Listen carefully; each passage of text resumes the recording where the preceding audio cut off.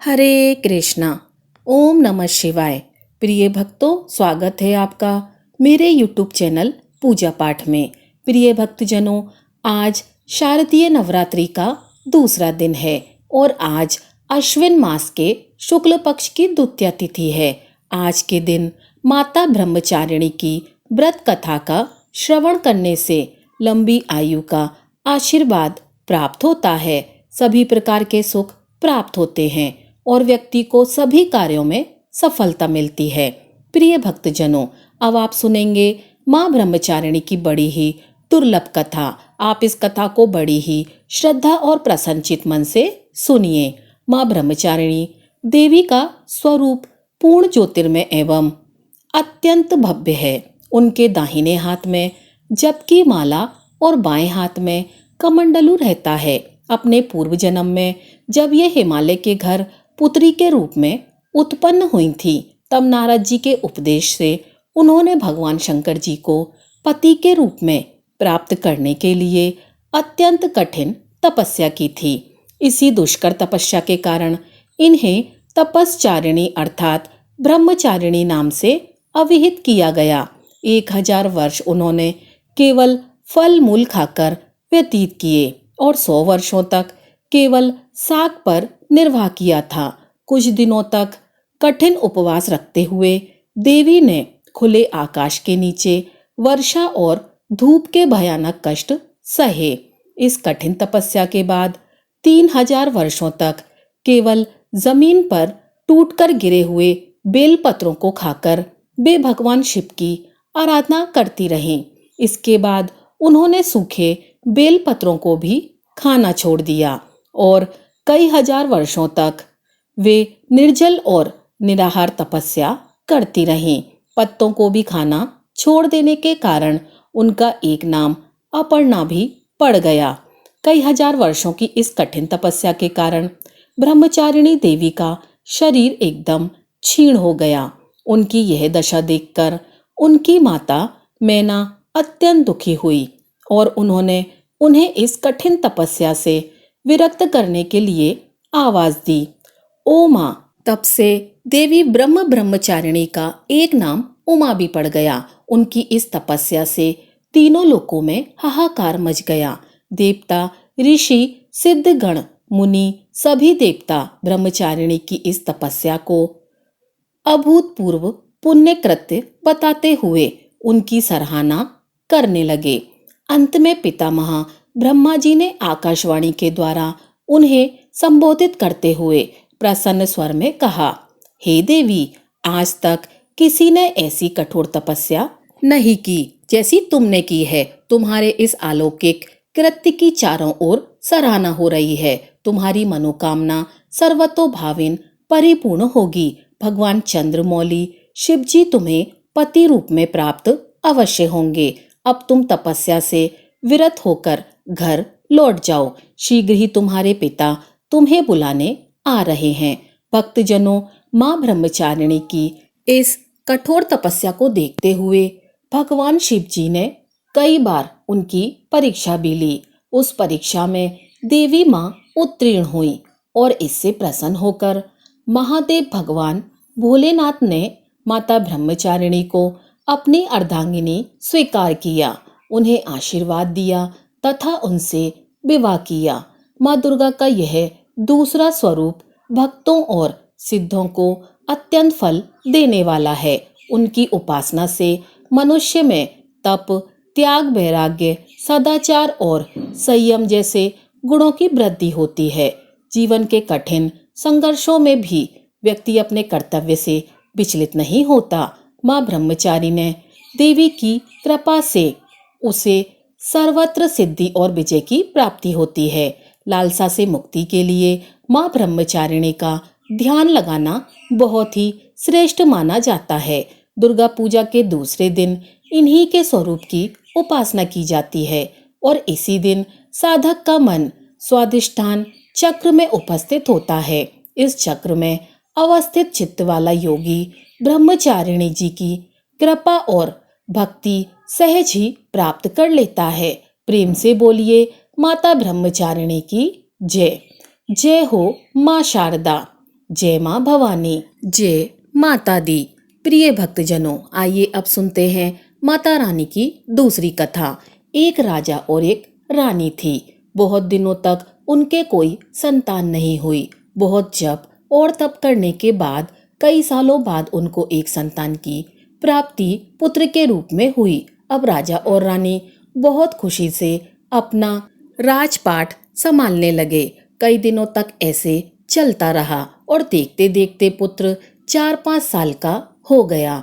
एक दिन की बात है, रानी दोपहर में बच्चे के साथ सो रही थी और बच्चे की नींद खुल जाती है। वह उठकर बाहर की ओर जाने लगा, क्योंकि उसको बाहर जाने नहीं दिया जाता था। तो वह माँ को सोता हुआ देखकर उसके मन में बाहर जाकर अपनी उम्र के बच्चों के साथ खेलने की इच्छा हुई और वह छिपकर बाहर चला गया। वह खेलते खेलते बहुत दूर चला गया और वह किसी दूसरे गांव में जा पहुंचा।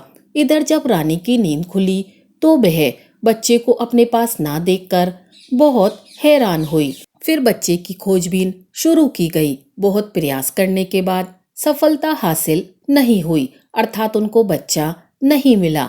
अब राजा रानी फिर से दुखी हो गए। अब वह बच्चा उस गांव में एक ग्वाले के घर पहुंचा तो ग्वाले ने उससे पता पूछा कि हे पुत्र, तुम कहाँ से आए हो। तो वह बच्चा अपने बारे में कुछ बता नहीं सका, क्योंकि वह बहुत छोटा था, उसको कुछ पता नहीं था। वह केवल बच्चों के साथ खेलते खेलते दूर चला गया था। तो ग्वाले ने कहा कि जब ये बच्चा अपना नाम नहीं बता पा रहा है तो इसको अपने पास रख लो। जैसे तुम्हारे 2 बच्चे हैं वैसे ही यह तीसरा रहेगा। अब इधर वह बालक ग्वाले के बच्चों के साथ घुल मिलकर खेलने लगा और कुछ दिन बीत भी गए। एक दिन ग्वाले की नजर उस बच्चे के हाथ पर पड़ी तो उसने देखा कि उसके हाथ में किसी का नाम लिखा हुआ है। तो वह बच्चे से पूछता है, पुत्र, यह किसका नाम है। तो उस बच्चे ने कहा, यह हमारे पिताजी का नाम लिखा है। तो ग्वाले ने कहा कि हम आपके पिताजी का नाम ढूंढते हुए घर पर चलेंगे।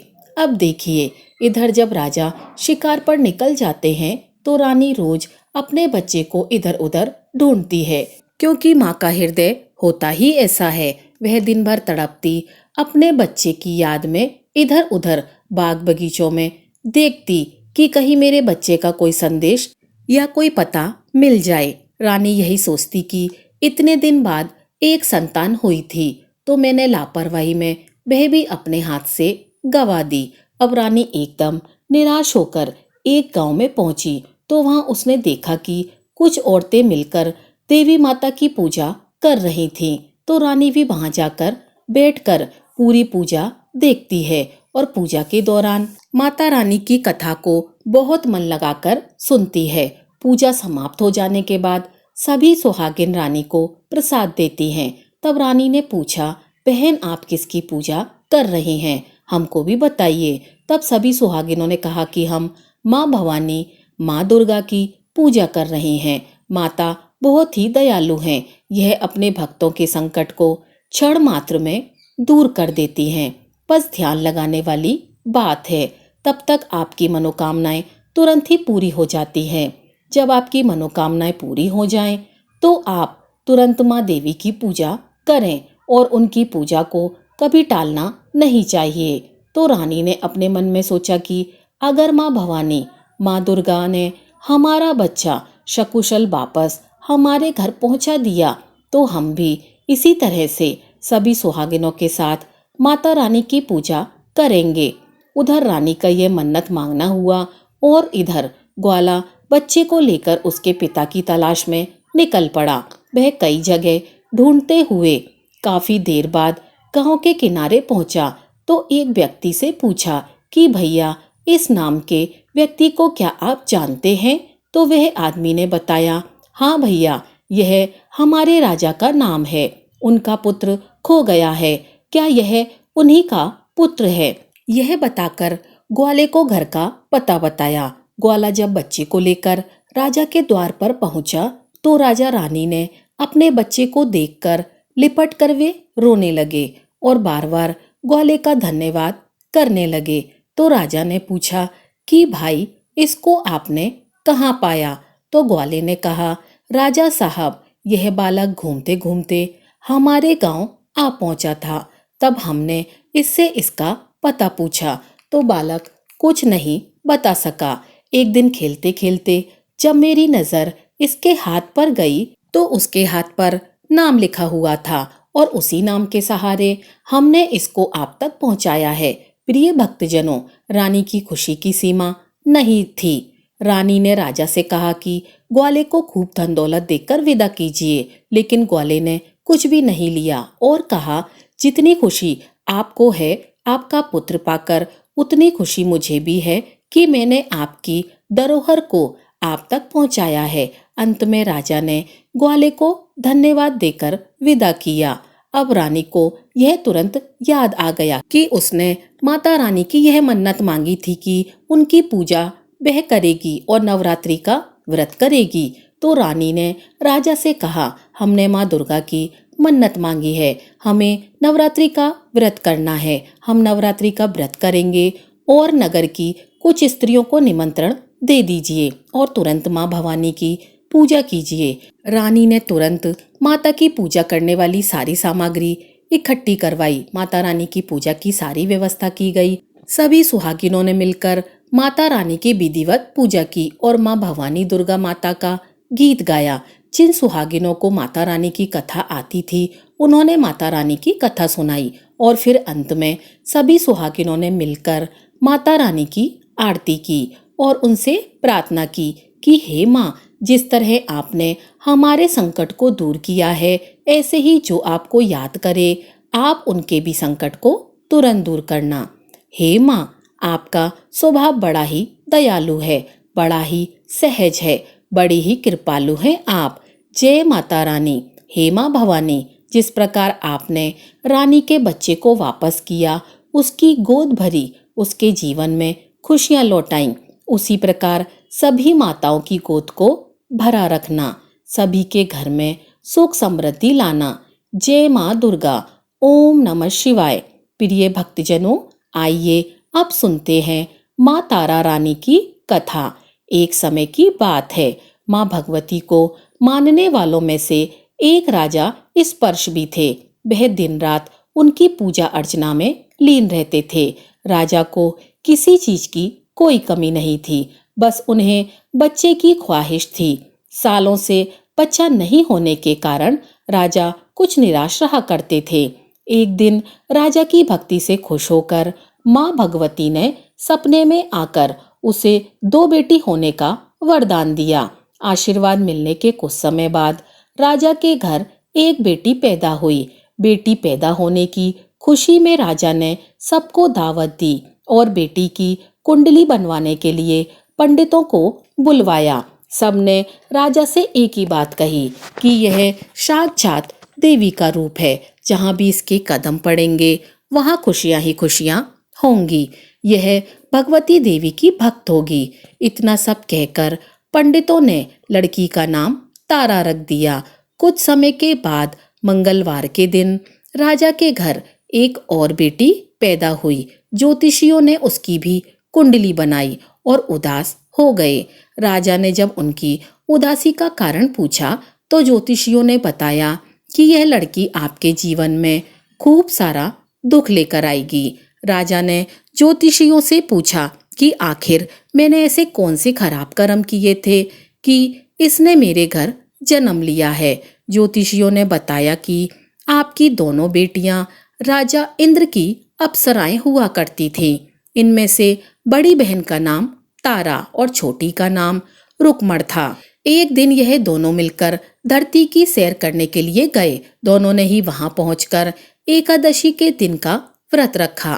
तारा ने अपनी छोटी बहन से कहा कि आज एकादशी का व्रत है, इसीलिए बाजार जाकर कुछ ताजे फल ले आओ, लेकिन वहां कुछ मत खाना। रुक्मण बाजार फल लेने के लिए चली गई। वहां उसे मछली के पकोड़े दिखे। उसने झट से उन्हें खा लिया और अपनी बहन के लिए कुछ फल ले लिए। तारा ने रुक्मण से पूछा कि तुम अपने लिए फल क्यों नहीं लाई, तो उसने जवाब दिया कि वह मछली के पकोड़े खाकर आई है। तारा ने गुस्से में कहा कि तुम पापिन हो, एकादशी के दिन तुमने मछली खा ली, ऐसे खराब कर्म के लिए मैं तुम्हें छिपकली बनने का श्राप देती हूँ। अब उसी जंगल में तारा की बहन छिपकली बनकर रहने लगी। वहाँ एक जाने माने ऋषि गुरु गोरख भी अपने कुछ शिष्यों के साथ रहा करते थे। उनके शिष्यों में से एक बहुत ही घमंडी था। अपने घमंड के चलते वह शिष्य कमंडल में पानी भरकर एकांत में बैठकर तपस्या करने लगा। तभी एक प्यासी गाय वहां आ गई। उसने सीधे अपना मुंह उस कमंडल में डाला और पानी पी लिया। पानी पीने के बाद जैसे ही गाय अपना मुंह बाहर को निकालने लगी तो कमंडल नीचे गिर गया और ऋषि का ध्यान भंग हो गया। ऋषि ने देखा कि गाय पानी पी गई है। अब गुस्से में ऋषि ने गाय को एक चिमटी से बुरी तरह घायल कर दिया। इस बात की जानकारी जब गुरु गोरख को पड़ी तो वे तुरंत गाय को देखने के लिए गए। जैसे ही उन्होंने गाय की हालत देखी, वैसे ही अपने उस घमंडी शिष्य को आश्रम से बाहर निकाल दिया। कुछ दिनों के बाद गौ माता पर किए गए उस अत्याचार से होने वाले पाप को कम करने के लिए उन्होंने एक यज्ञ करवाया। इस यज्ञ के बारे में गाय को चिमटे से मारने वाले घमंडी शिष्य को भी पता चला। वो सीधे पक्षी का रूप धारण करके यज्ञ स्थल पर गया और भोजन में अपनी चोंच से एक मरा हुआ सांप डाल दिया। किसी को इस बात की खबर भी नहीं हुई। यह सब तारा से मिलने वाले श्राप के कारण बनी हुई छिपकली रुक्मण देख रही थी। उसके मन में हुआ कि इसे खाकर सारे लोग मर जाएंगे। सबकी जान बचाने के लिए छिपकली बनी रुक्मण सभी लोगों के सामने भोजन पर गिर गई। लोगों ने छिपकली को खूब कोसा और बर्तन को खाली करने लगे। उसी वक्त भंडारा करने वालों को खाने में मरा हुआ सांप भी दिखा। तब कहीं जाकर सबको समझ में आया कि छिपकली सबकी जान बचाने के लिए जानबूझकर भोजन में गिरी थी। एक छिपकली होने के बावजूद भी इतने अच्छे विचार होने की वजह से यज्ञ में मौजूद सारे महत्वपूर्ण लोगों ने कहा कि हमें इस छिपकली की मुक्ति के लिए प्रार्थना करनी चाहिए। पंडित ने आगे बताया कि सबकी प्रार्थना से ही वह छिपकली तीसरे जन्म में आप जैसे प्रतापी राजा के घर बेटी के रूप में पैदा हुई है। वही तारा ने दूसरा जन्म तारामती के रूप में लिया और अयोध्या के राजा हरिश्चंद्र से शादी की। इतनी सब बातें कहने के बाद पंडितों ने राजा स्पर्श को रुक्मण को मारने की सलाह दी। इस बात पर राजा बोले, मैं किसी बेटी को कैसे मार सकता हूँ, ऐसा करना पाप होगा।